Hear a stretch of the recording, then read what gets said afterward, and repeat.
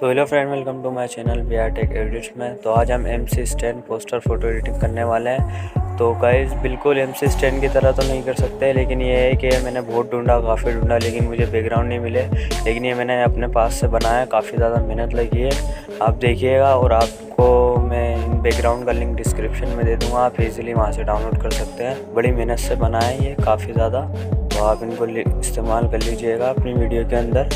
आप भी इस तरह की अगर फ़ोटो एडिट करना चाहें तो वीडियो को पूरा देखिएगा, तो तभी आपको एडिटिंग समझ आएगी, वरना आप बहुत मुश्किल है ऐसे कर पाओ। बहुत सारे स्टेप को फॉलो कीजिएगा। तो चलिए चलते हैं अपनी वीडियो की तरफ। और हाँ, वीडियो पे जाने से पहले अगर आप चैनल पर नया हैं तो चैनल को काइंडली सब्सक्राइब कर लें, बेल नोटिफिकेशन को ऑल पे सेट करें ताकि मज़ीद आने वाली वीडियोज़ आप तक पहुँच सके। तो चलिए स्टार्ट करते हैं अपनी वीडियो।